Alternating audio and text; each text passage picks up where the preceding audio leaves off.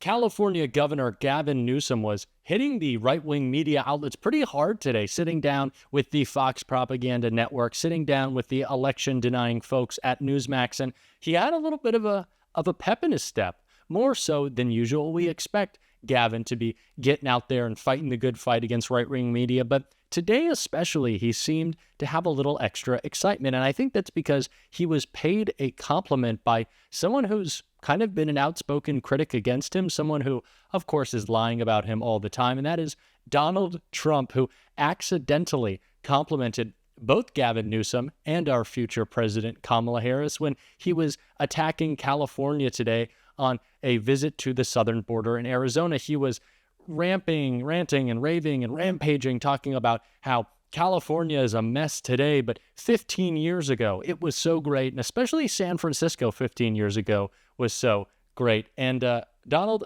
I don't think you know who was in charge of San Francisco back then, but you paid a compliment to two very great people. And before we get into Gavin Newsom taking down the right-wing host over at Fox and Newsmax, I want to check out Jessica Tarlov mocking Donald Trump for just that. First of all, he loves to say 15 years ago, San Francisco was amazing, which is when Kamala Harris was DA and Gavin Newsom was the mayor of San Francisco. So I'm sure they appreciate the compliment about their work there. The trend continues. Everything that Donald Trump says instantly backfires on him. And it was really nice of him to compliment Gavin Newsom and Kamala Harris like that. As we know, Donald Trump actually donated to Kamala Harris's campaign, and I believe it was 2011. So he has been a long supporter of her and Gavin, and I would be as well, especially with the performance that Gavin gave today on Fox News. Governor Newsom absolutely shutting down the propaganda network, calling out their lies, both about Kamala Harris and their propaganda on behalf of Donald Trump. But he started with talking about Donald Trump's failed economic policy, his failed record, and the terrible agenda that he wants to put forth. And I want to check that out. And let's have a real conversation. You want an economic policy to compare and contrast? We know what Trump's is. A 10% tax on the American people on $3.1 trillion of goods, a 60% tax. Okay, you're talking about tariff. He hasn't laid down an all across the board tariff. He hasn't done that yet, and well, that's not true. Here we go. Kamala Harris from California. I want to go down that road because you know her. Not only has Donald Trump failed as president already, he has a failed economic record that Gavin is going to get into in the next clip that we're going to check out, him really just silencing this Fox host, and that is what he does best. But yeah, Donald Trump failed. We know that. But we also know what he wants to do next, and it is an even bigger tax cut for the wealthiest Americans and biggest corporations, while at the same time slapping working Americans with the bill with a giant tariff that would completely wreck our economy. Tariffs across the board, raising prices on groceries, cars, everyday items that we buy. Well, I guess we're not buying cars every day, but certainly that's a pretty hefty expense to be adding a tariff on top of. Donald Trump would absolutely destroy our economy just like he did before. And that is what Gavin Newsom is calling him out for. Not just the service that he will do for the rich, but the attacks that he'll do and already has on working Americans. And it wasn't just Donald Trump's failed economic policy that Gavin was calling out MAGA and the Fox propaganda outlet for. He was calling out this ridiculous narrative that Republicans want to push, claiming that they're the party of freedom. And as we always talk about on the show, core to MAGA is being hypocritical. Hypocrisy is core to what they do. It's the type of hypocrisy that allows them to say they back the blue while supporting a convicted felon for president, that they care about law and order when Donald Trump is their nominee. It's just not true. And he called out that hypocrisy on an important topic that Democrats are reclaiming, and that is freedom. This theme of this convention, a lot of it is about freedom. You have criticism of Governor Tim Walz and how he handled COVID-19. Obviously, you took criticism about how you handled COVID-19, that there was a real crackdown on people's businesses and how they dealt with things. How do you say that that was freedom?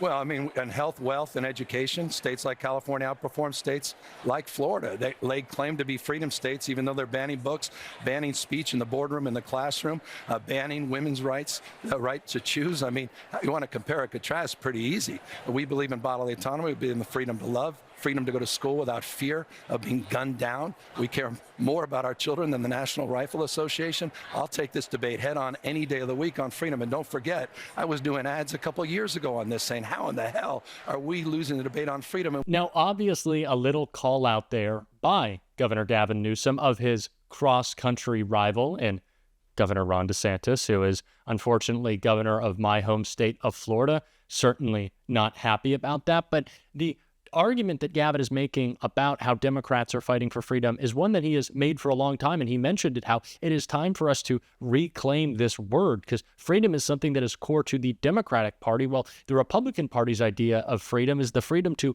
tell you what to do in your home, in your bedroom, in your doctor's office. And that's not what freedom is about. Freedom is about no impediments in the way of letting all Americans vote, making sure that we can have our voice heard. Freedom is the freedom to make your own decisions about your body. Freedom is, like Tim Walz always says, maybe disagreeing with your neighbor, but minding your own damn business. That's what freedom is. And it really made me start to think about that debate between Newsom and DeSantis. And so I want to flash back to a clip of it. You want to bring us back to a pre-1960s world, America in reverse. You want to roll back hard-earned national rights on voting rights, on civil rights, on LGBTQ rights, on women's rights, not just access to abortion, but also access to contraception. You want to weaponize grievance. You are focusing on false separateness.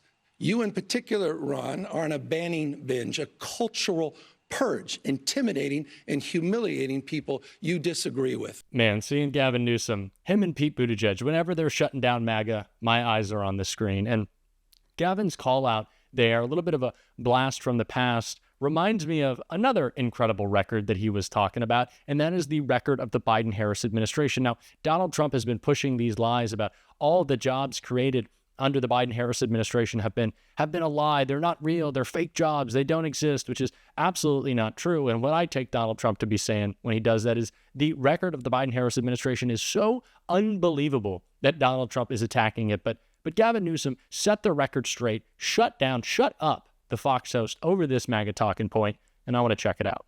Even with the adjustment today of 818,000 jobs. Which is a little weird, don't you think? That means 14.9 million jobs since they got into office. That is, Brett, 11 times more than the last 3 Republican administrations combined. The lowest black unemployment, Hispanic unemployment, the lowest unemployment for women in our lifetime, an American manufacturing policy, an industrial policy that's worker-centered, that's advantaging red and rural districts of this country more than it is even blue and I urban. appreciate. I love that we are reminded every day when we talk about Donald Trump's failed record that it was in 2020, 2021 technically, when Vice President Kamala Harris and President Biden took over the White House, that they got us out of the COVID-19 pandemic. They recovered our economy. And the same thing happened in 2008 and 2009 with President Obama leading us out of a recession. And it got me thinking, I see a trend of Democrats fixing our economy, getting us back to a balanced budget like Bill Clinton did. Maybe it's that Democrats are better on the economy. And instead of letting Republicans mess it up, we should just keep chugging along, investing in infrastructure, investing in American manufacturing, growing a more perfect and a more equitable economy every single day that works for working people.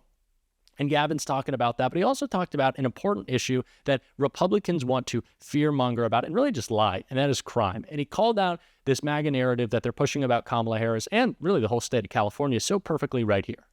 The prosecution for small crimes. Oh, Prop 47. 47, I'm sorry. Yeah, which is, by the way, the 10th toughest threshold in the United States of America, meaning you can steal up to $950 of goods and it will be charged as a misdemeanor. You can steal $2,500 in the state of Texas. Why you're not focusing on those other 40 states is beyond me.